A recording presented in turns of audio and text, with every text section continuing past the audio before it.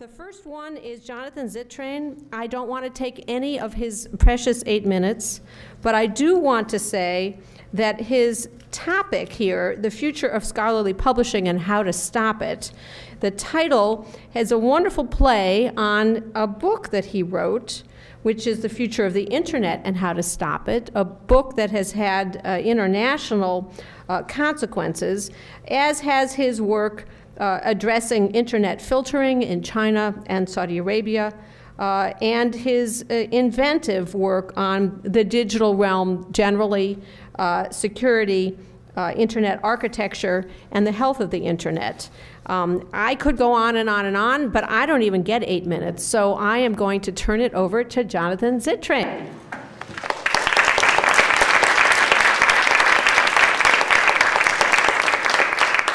Thank you very, very much for coming out today. And I was thinking about the definition of HLS in HLS Thinks Big, and that was not just our constituent components or individual people here, but the institution thinking big, and what would it mean to think big.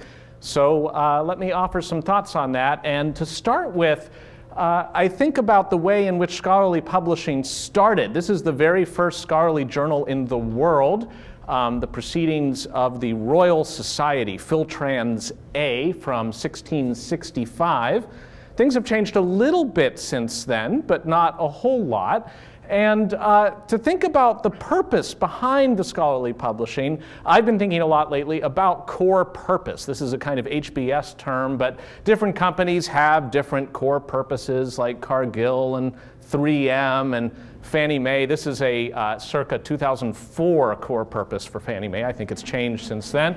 And Nike is my favorite core purpose. I'm not sure that's the one we should be aiming for, but it leads to the question, what is the core purpose for .edu? And if you had asked the question in the early years of the millennium, you might have gotten answers that had to do with protecting our precious intellectual property. This is a genuine piece of advice from the Office of the General Counsel of the University of Texas, advising faculty before they give lectures to say that in order to make sure that their lectures cannot be stolen out from under them.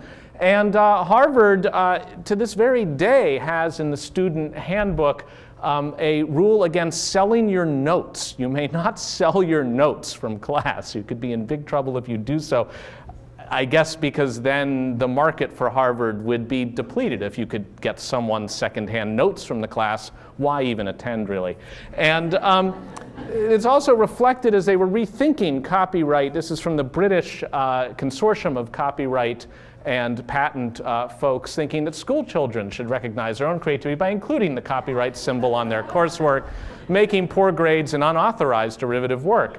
But as we think about how that has been translated, this sense of kind of possessiveness into the realm of the library, a zone with which I have become very familiar over the past 2 years as I've had a chance to work with the amazing group of people that run and maintain our law library. Its initial conception, the library more generally, is as a vault. It's like a fallout shelter. In case of the coming bad years, we can rebuild society if only we had pulled up the drawbridge in time to avoid the marauding herds.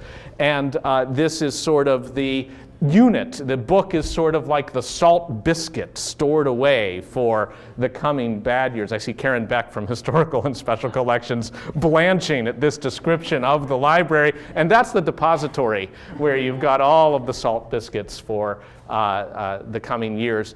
And the transformation has seemed a little too quick to say, well, here's the new library. It's a bunch of computers, and then you just come to this room with computers and get to the same stuff. But that leaves out a whole lot of stuff about what are these computers accessing and through what processes and at what cost. So as I think about, well, what's the core purpose to help to answer that question, here's my kind of cut at 4 ideas that we should be thinking about, particularly with respect to publishing scholarship. Now, I don't have time to go through all of them in detail, but let's just give a quick look at cultivation of scholarly skills. This is a problem. This is Glenn Beck in one of his chalkboards spouting what would be called truthiness, not truth, and figuring out how the dross of scholarship is different from actual scholarship is one of the most important things an institution like this stands for and tries to inculcate. And one of the reasons, too, why in addition to the usual apprenticeships that we do for scholarship, Dean Minow has had an idea of kind of a digital passport where there'd be other kind of craft skills that can be learned as part of this to help in processing what you learn and expressing it. But access to the world's information is something you would think would be made much easier thanks to those terminals, but it hasn't turned out that way, especially in fields outside of law, where when you look at the actual prices of the scholarship that oddly enough we produce and yet somehow collectively then have to pay for, the price has been skyrocketing. This is very good for one of the handful of big publishers like Elsevier, making an enviable near 40% margin on their work. I can see Fran McCrossan, very 40% margin, like some of that. And over $2 billion in 2011 in gross revenue coming in, selling back to universities that which they principally come up with. And if you look at the subscription prices between commercial and nonprofit, there's a huge difference there. And it does make you wonder why. Are nonprofit journals somehow less quality or something? Probably not, although we do see within government circles that often fund scholarship this sense of if it isn't commercially viable, it's probably not very interesting or worth supporting. That's what happens, I think, when you think of .edu too much as .com. But if you look at actually our own field, we fall on sort of the low end of the average price for journals, in part because our journals are generally nonprofit and coming out of academia and edited by students. In other fields, despite the fact that the prices are high, the supply is only growing. In mathematics, there are approximately 2 million papers published since the dawn of humanity, half of those in the past 10 years. We have a growth rate that means we are doubling the amount of papers roughly every 10 years, which is quite striking. And where do they go? They go into an increasing number of journals, nearly 100,000 academic journals in the world, 4,000 or so of them in math. Wikipedia is trying to figure out whether each journal deserves its own Wikipedia page. I like this comment in the debate. I would no more delete an article on an obscure academic journal than I would an article on a small village where nothing had ever happened, which doesn't tip the hand of the Wikipedia editor as to whether or not the thing will be deleted. This, though, is another phenomenon happening where as there is a market in subscriptions for for journals, either on the demand side, as universities buy it, or through open access on the supply side. You pay the journal, they publish, then it can be open access. The number of so-called predatory publishers that just cash and carry, you pay them, they publish it, it looks like academic work, but it isn't, has really grown just in the past few years. There's actually a nice guy who maintains a list of fake predatory journals in which you can pay to have your work published, and the list goes on and on and on with reasonable sounding journal names. The folks at Thomson Reuters and Elsevier try to help by then selling you access to what they think are the good journals. So you're going back to the well to pay others to tell you what you should be reading to begin with. That's, again, very different from law. In law, and I think my colleagues often experience this, somebody solicits it, we write something, we submit it, we revise it, and then it gets published. It's like not a bad system from that point of view. I've had a chance, these are, by the way, the editors in Canada who did, in that one particular instance, publish my piece, very nice students, which if you are in a different field, that's already shocking that students are editing the journals. I think it's great. Most other fields think it's actually crazy. And when you look at the advice given to these students or about making these students want your work, it's somewhat scary what the students actually say. For instance, one said they got an article that they liked much from a professor at a non-elite law school, so they couldn't take a chance on it. This is, of course, a little bit anecdotal, but somewhat worrisome. But really, why does that happen? Because of the volume of submissions they're getting, between 1,500 and 2,000 articles a year. How are you supposed to be able to sift through that kind of scholarship without relying on proxies of the sort that can end up throwing out good stuff because you're just relying on stereotyping to publish what you publish? But outside of law, once again, what does it look like? Well, I was asked by a journal of IEEE, one of the more distinguished journals, to publish an article with them. I gave it to them on the 31st of May in 2006. In September, I'm like, hey, did you get my article? Maybe I should have asked. I heard from them on 29th of September, and they said, thanks a lot. It needs major revisions. You have till the 6th of October. I got an extension to the 9th of October, which was a Monday, to do my major revisions. And then finally, 2 months later, I get news. What is the news? Here's what I was given as the referee report. What is the manuscript's contribution to the literature? There is none. Public comments, these will be made available. The author should have withdrawn the manuscript rather than wasting our time. Well, there was time wasted on both sides of that equation, I'd like to say. It's kind of just when somebody, really comes after you in a bad way. But I got my own sort of feeling of revenge when in February it was reported that Springer and IEEE are removing more than 120 papers from their services after a researcher discovered that they were computer-generated nonsense. Can I just use some portion of my 8 minutes to just dwell on this fact? What would it mean if it turned out that 120 articles in the Harvard Law Review were computer-generated nonsense, and it took a French researcher to clue us in? How long would it take to recover from that? And yet IEEE and Springer, these are like the top journals. These are not on the list of predatory journals. Nonsense. Now, let me be clear what we mean by nonsense. This doesn't just mean it doesn't make sense. They were literally generated by this program, SciGen, an automatic computer science paper generator, which I used last night to generate this paper.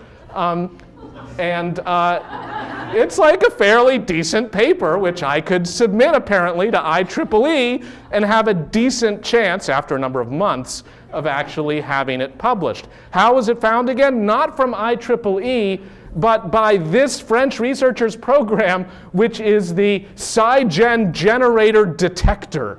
It's like updating your antivirus definitions to figure out which computers in your database have been generated. Now, who wrote the 120 papers? It was people wanting to pad their publications list, knowing that nobody would ever read it, and that's a good thing for them.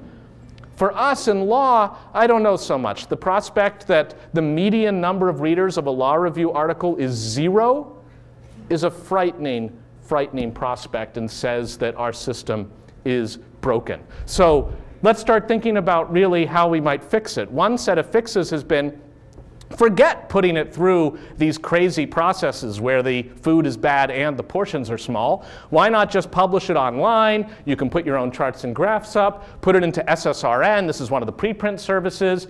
This paper is ranked 361 out of thousands of papers on SSRN. It gets peer-reviewed in the sense that people read it and agree with it or not, but it wasn't vetted in the usual way on the supply side on it. But now how will that stuff get indexed with the likes of Google Scholar? Why would we hand over to Google the indexing and retrieval of our scholarly works as if it was just another set of words in the word salad that Google adds dressing to? I'm not sure this should be the future of finding works that are relevant, and that's why it's so important that academia be looking at ways such as this to be organizing what we have, to be facilitating commentary upon it. And it's also why, for the materials with which we teach, it's to me important that academia be looking at ways to not have that same price curve and to actually care about quality where it can be revised as it's being used to teach rather than somehow beforehand and only in these quantum new editions coming out. It's Creative Commons that was started here at Harvard Law School. And it's Creative Commons that says we can have a way to facilitate distributing our work freely for people to use. And if you're going to use it for commercial purposes, you got to talk to us. Copyright will kick in. But for non-commercial purposes, we're not going to ask you to pay. And this has been the basis of the open access movement.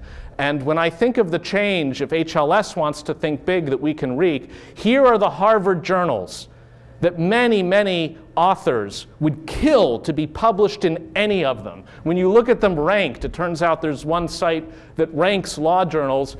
Our Harvard Law Review is #1, and the rest of the Harvard Law journals are all within the top 100 journals out of approximately 1,700 legal journals. We could, if we got together as the journals, come up with a new means of submission, of processing, of editing, of having the student editors in better mentorship with professors and selecting and reacting to articles. What if there were 2 or 3 days a year where the law library were taken over, and you could imagine professors at each station ready to be visited by a law review with a question on a paper, and actually kind of like a marketplace of ideas, you might call it, where that could happen. I mean, here's like Randy Kennedy, open for business. Bring your paper. He'll give a reaction of some kind. The key to me is to realize that the scholarship we produce and consume is ideally intrinsically motivated. And the librarians who collect stuff, they are working in huge part because they love and we love what we do. And being able to get that intrinsic motivation at the core, rather than the extrinsic motivation that we demand of our for-profit companies. If they aren't looking at the bottom line, here comes a derivative shareholder suit. That's, to me, what we need to be cultivating, focusing on. And there's a little bit of external motivation as within academia we grasp for that brass ring, but that even means in our hiring, we could be setting a standard about what kinds of publishing and with what kinds of journals we favor as we look at people and as we search for excellence outside the very small circles in which we often expect to encounter it. We are an amazing institution and one that still garners respect around the world. We should be true to our values. We look a little bit like other institutions, here the New York Stock Exchange, but that's not us, pillars notwithstanding. And that's why I think we can be thinking big about the future of legal scholarship. Thank you.